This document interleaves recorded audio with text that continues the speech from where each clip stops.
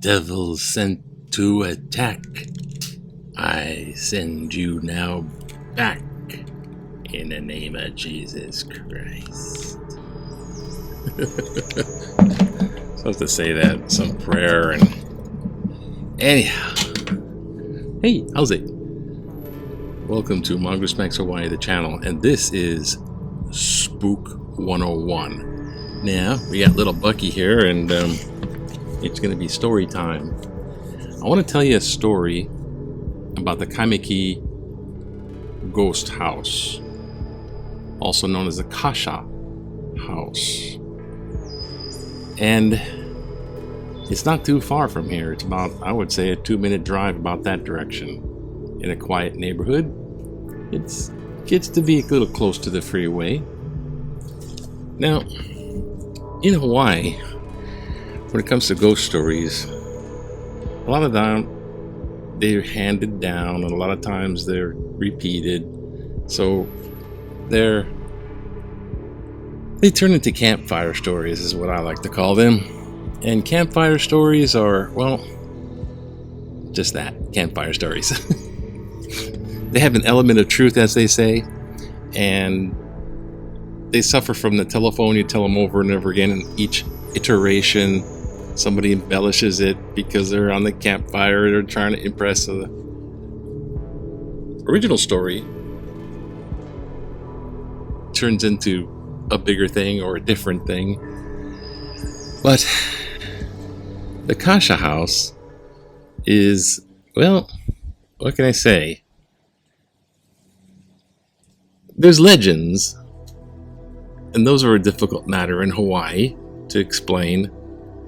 There's might have been a true story, paranormal, turns into more campfire story like Morgan's Corner. And then there's stories that have, even though there's little bits, there's something to it. And with the Kaimuki Ghost House, I'll call it, what's interesting is that the police were called, and there's at least 2 newspaper articles printed afterwards. But that might not be a complete proof. Let me show you something. I have found this. This is a PowerPoint that I did a long time ago. And I called it the Obake House because basically Obake is kind of a form of ghost. Well, ghost, in a sense, ghost. So, if a haunted house, you can call it an Obake house. Now, with Honolulu, right down the road, also, just a touch farther, there used to be the Waialae Drive-In. It's right next to a graveyard. As a matter of fact, it appropriated half of the graveyard to be built. It was outdoor drive-in movie theater. I've been to it many times as a kid, and this is about the time it closed. It dated Indiana Jones and the Temple of Spam. Somebody altered that one. And then downtown, there's old mission houses, which are said to be haunted. Not by that guy, but up here, and there's ghost tours of that. In Pearl Harbor, there's the remains of the USS Arizona. Well, it's down below. Oil seeps up, and this is a ghostly face, a famous picture that was taken. There's other stories that have pictures and ghost pictures, and this is me explaining ghost stories, how they get developed. So you just have a ghost town or abandoned houses. It's just an old house, could be, but then it has a backstory. And then we all have folklore, international folklore, and things we grew up with. Matter of fact, side note, the Haunted Mansion at Disneyland is just this square footage. The whole ride is really huge. People go to great lengths to depict ghosts. So there's so much of it in movies and films and TVs and, of course, culture, Halloween.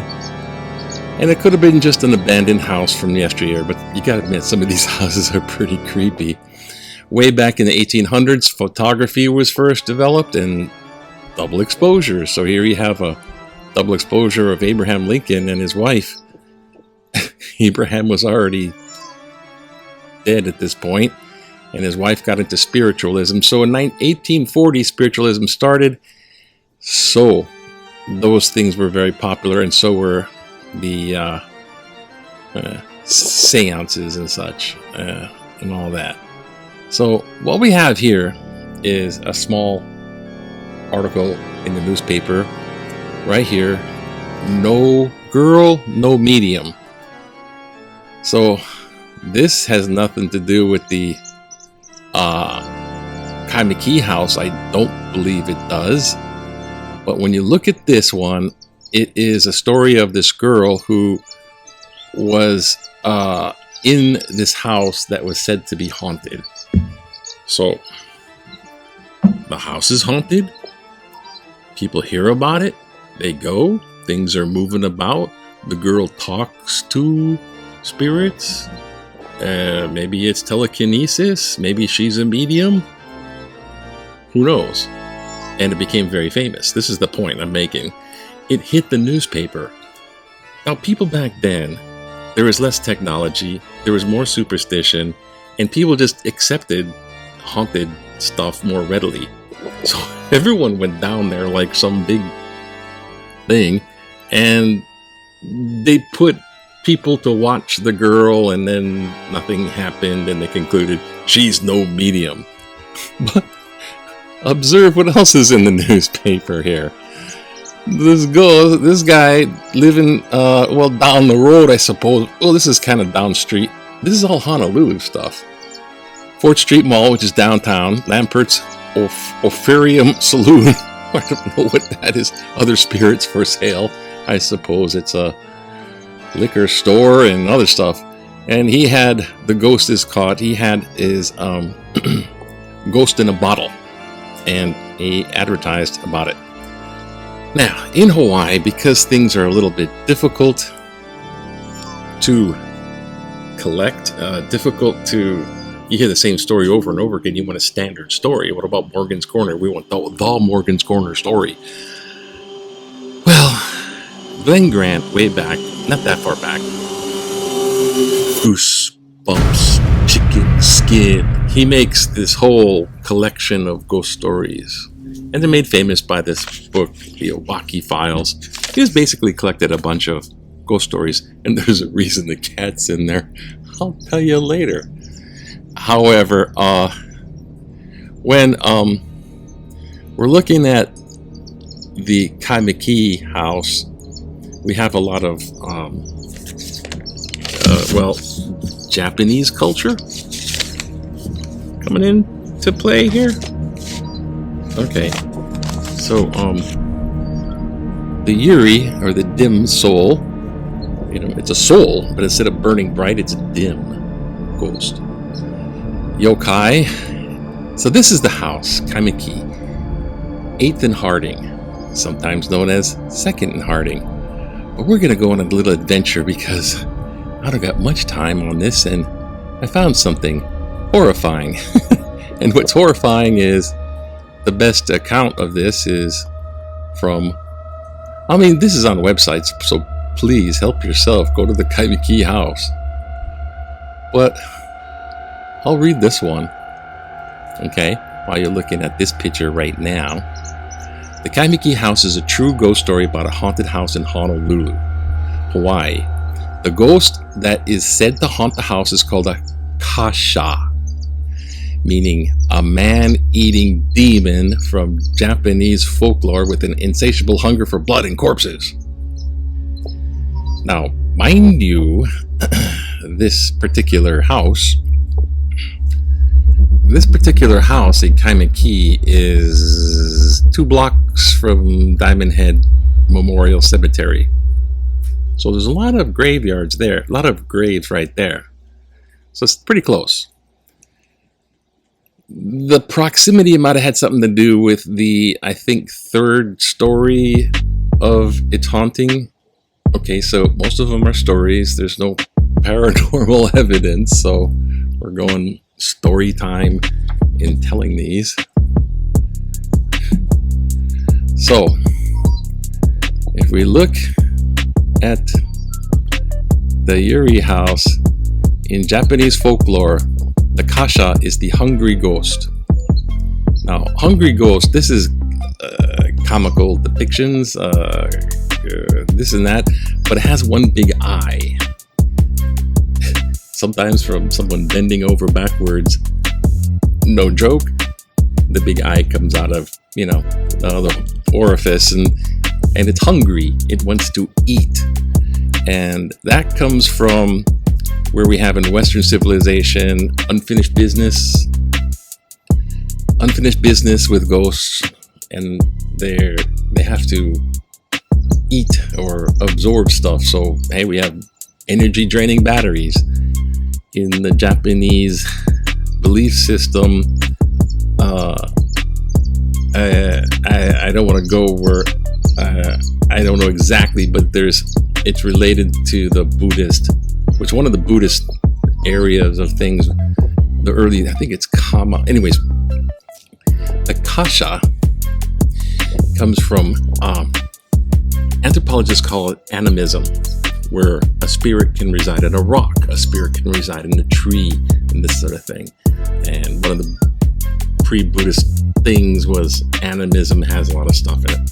So anyways, from the religion they had, comes to mind is the spirit comes out of an animated object. So this is where we have this umbrella being depicted here.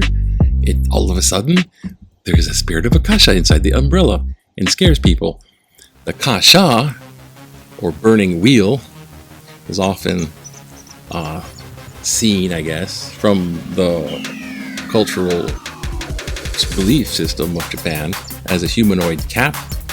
It steals corpses, especially the sinful ones, and it's a changeling. It can change into the umbrella, or I don't know, whatever you got hanging around. So now, when the first people who scary things go away, my candle blew out. Okay. The first recorded story is about from 1942. And in 1942, there was a Hawaiian woman with her son that lived in this house. Now, whether it's 8th and Harding, that lot, maybe, but it's said to be. Now, if we look at the Kaimuki House, now, what I want to do here is switch over to the other one so you can see. Well, you know what? I'll read it. The Kaimuki House, the true haunted house, right? So you know the Kasha. The infamous haunted house in Honolulu, locals call it Kaimuki House. Some people call it the Hawaii's Amityville Horror, and there's a reason why, but it's not that like that one. So, first ghost story. In the summer of 42, the house was occupied by a single mother and her 3 children. One night, the police were called to her house. The ladies screaming out, they're trying to kill my children, or she's trying to kill my children. When they entered the house, the police, they stumbled into a scene they would never forget. 3 children are being thrown about the room, so there's 3 kids inside the house being thrown around. And apparently things broken, and invisible force. There's nothing there, they're just being tossed about. The officers watched for about an hour, it is said, and they can't do anything. They're just sitting there looking at this, watching that happen for an hour, right? And as children being beaten, strangled by an unseen entity, the incident made the front page of the local newspaper headline for several days. Now what I'm going to try to do here is go to the kind, go to the right thing, to this. Wait. Scarier by the minute, ain't it? The suspense. This is the actual article. So what we have here as far as, let's say, proof, is the article. So now let's look at this. Kahuna, Hawaii's own witchcraft. Now, Kahuna is the kind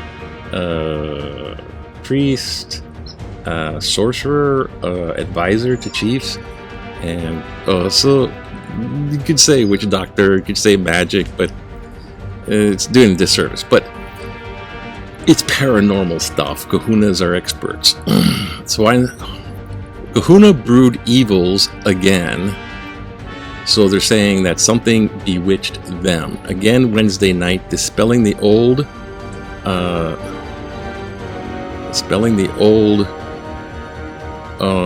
old-timers' hopes that the war had stilled it. So they were doing a bunch of spiritual battles and it wasn't working. Now, one thing to know for sure while I'm getting this to move correctly is that the mother in there was is estranged from her former husband or whatever the guy was. So there was bad feelings. So she's alone with the kids. Now, the kid is 10. There are two sisters, 18 and 20, shrieking on the sofa. The boy is 10. So the mother, besides shrieking, was waving tea leaves and sprinkling salt water, which is, just a way to get the spirits off, right? Okay, Hawaiian salt to ward off ghosts. Now, the boy had detected an odor of ghosts, he says. An odor of ghosts. Now, I don't know what that is. Maybe a bad smell. So the kid's like going, something smells.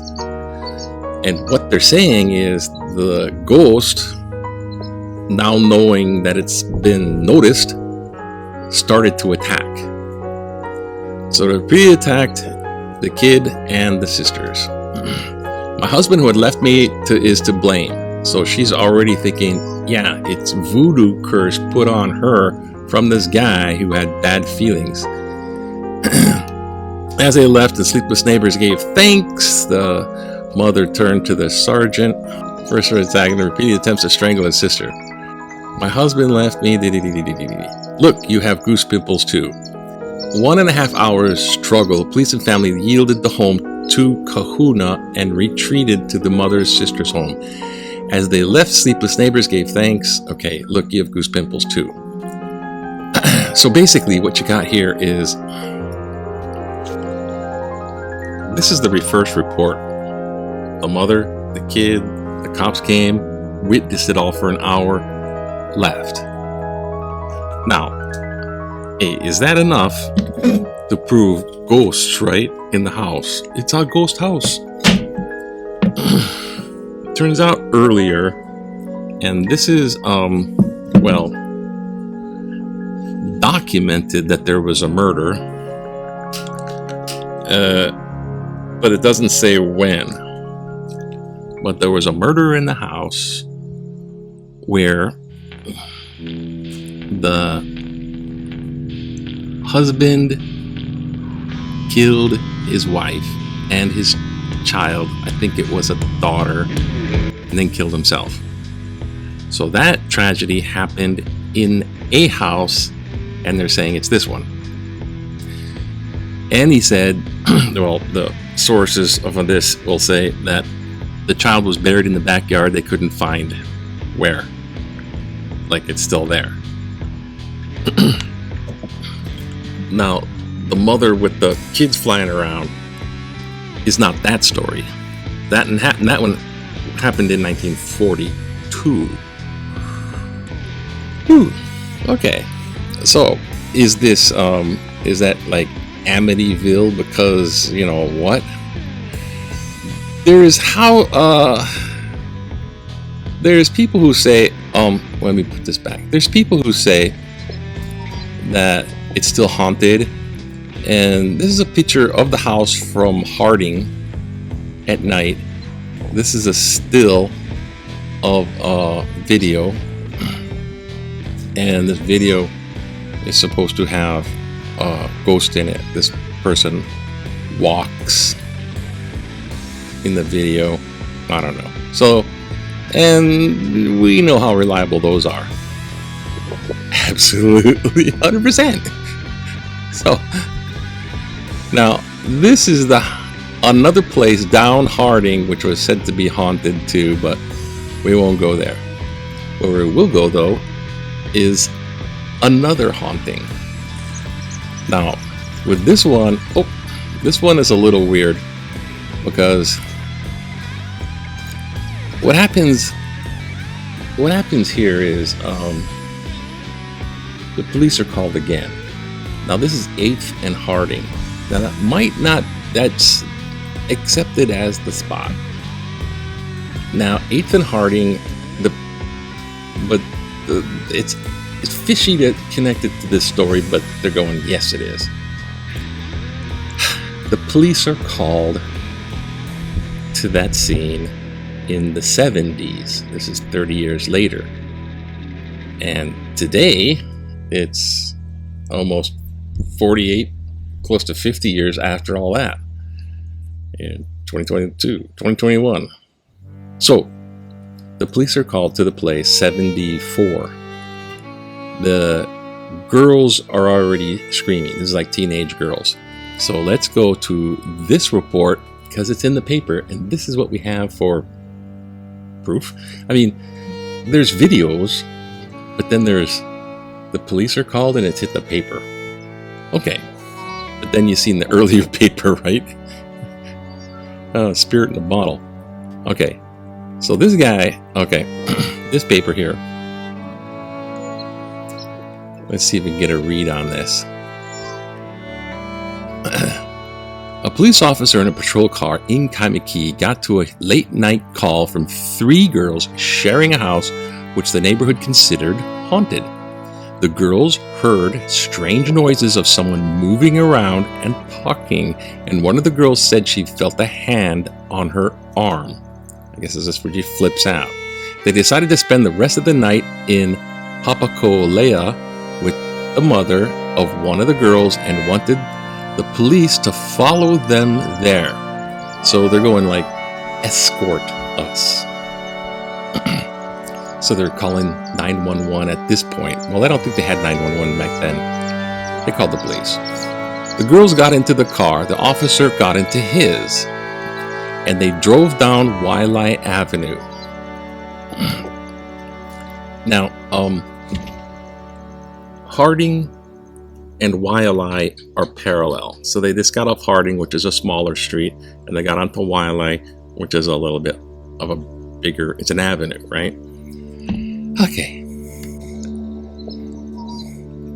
So when they got onto the Wailai Avenue, suddenly the girl driving her car into the parking lot. Okay, so one of them just got off Wailai, one of the businesses, into a parking lot. The policeman later wrote in his report that the girl in the middle of the front seat was fighting off someone who could not be seen, but who was strangling her. She jumped out of the car and reached into the girl's car. He jumped out of his car. He's going, whoa, what's going on here? He gets out of a squad car, goes up to them to help. In retelling the story, the officer said, a big, strong, calloused hand that could not possibly belong to a teenage girl grabbed my arm and twisted it. I radioed for assistance. The answering officer was prepared for a parking lot fight altercation, but not for a ghost. Quote, there was a ghost in that car. He told me and was white as a sheet. So he gets up there. He's already going, there's a ghost. The girls were hysterical. I told the girl who had been choked to get into the police car and the other 2 to follow us, the Papakolea as soon as she got into the car, the motor died. This is the squad car. It wouldn't start up again. He put her back into the girl's car. The other officer tried the motor and it immediately started. I'm assuming the squad car. The two cars drove about 5 yards and suddenly the door of the girl's car flew open and the same girl fell out on the road. Again, she was tearing at her throat as if someone was choking her. Together, the two policemen were not strong enough to pull her hands away.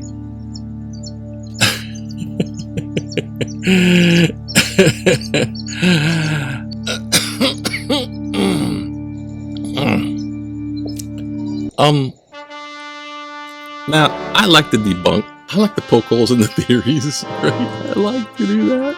Sure. But you have the report of the police officer. I mean, he knows the difference between the girls grabbing his arm if he reached to the car and a strong, calloused hand that couldn't possibly agree, right? A second, the engine dying.